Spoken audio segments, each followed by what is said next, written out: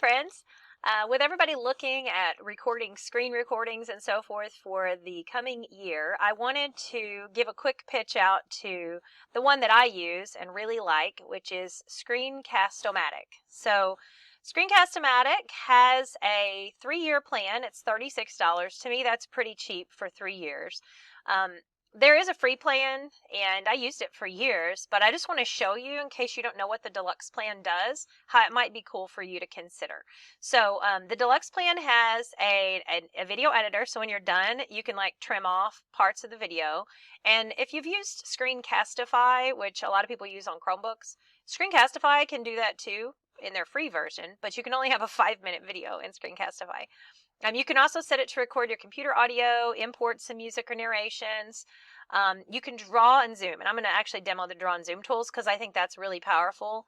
And then there's some additional things too. You can create captions, green screen, all that stuff.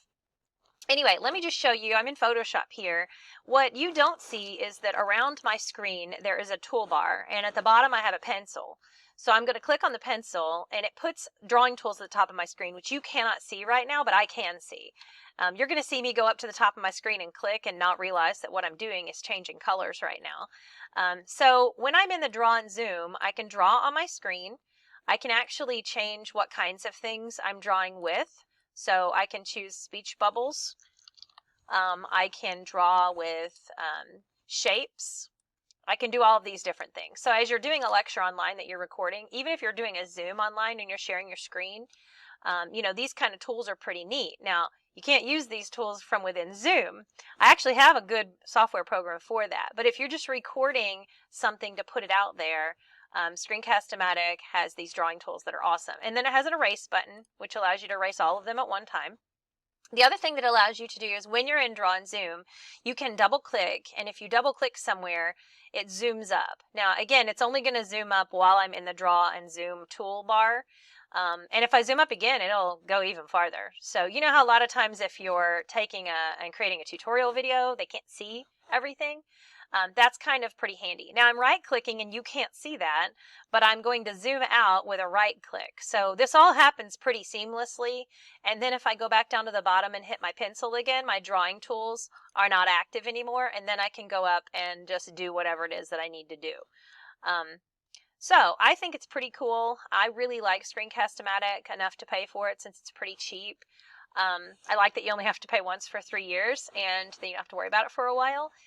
You can upload straight to YouTube, or you can download the video file immediately and put it on your computer or put it wherever. So if you like the fact that Screencast-ify has Google integration, it does not have that. So you can't save it straight to Google, but you can download the video and drag it into a Google folder. So if you like some of the other tools, that might be helpful. Now, there is a program called PointerFocus. Let's see if I can open it while I'm still in this. Now I'm going to have two things happening. Oh no, it's PointerFocus, I think. I'm going to have two things happening at the same time, so you're going to see probably some double.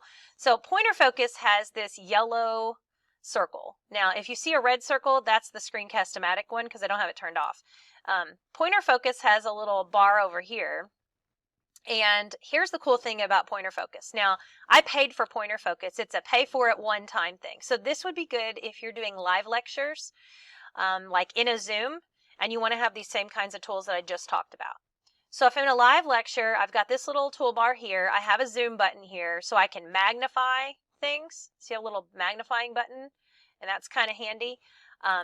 So you've got that option in here. Wow, that's fun. So if you need to really show something, you've got that zoom option there. You have a pen, so again, same situation. You can write over stuff if you want to, and if you turn it off, it goes away. It has a spotlight, which is kind of cool, so you can come up and spotlight items as you talk about them, and then disable that. It has keystrokes, which is fun for Photoshop, because if I press Control-D or something like that, and I have keystrokes on, or Control-F, see how it shows up at the bottom of my screen? And so then you have that if you're using any special keystrokes, the students can see the, Shift-T, Control-T, those combinations. So I think that's really, really handy as well. Now you'll want to turn that off because you don't necessarily always want that on. Then there's the highlight area there. I haven't really used that one. And then some additional ones here too. You can minimize so you don't have to look at the tools. There are some options, so you can change the color, the size, the opacity of all of these different things if you don't like the color of the ring. Notice here my left click ring color is red, my right click ring color is blue. So if I right click, see it goes blue. If I left click, it goes red, so they can kind of see the difference. So you can modify all of this stuff. You can say how long and what size that font's going to be. You can enable a hotkey so that whenever you want to toggle on those words to pop up, you can press F9. And then you've got all these other options here too.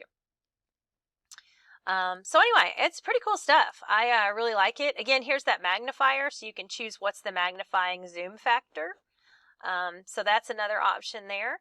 But anyhow, just wanted to share you some tools that might help you while you're creating tutorials, or if you're doing live lectures this fall, using two of my favorite tools, PointerFocus, if you're doing live in the app instruction, like using Zoom or something like that, and then Screencast-o-matic, which I just really love for doing the normal, regular stuff. But again, I really like their paid service. So good luck to you.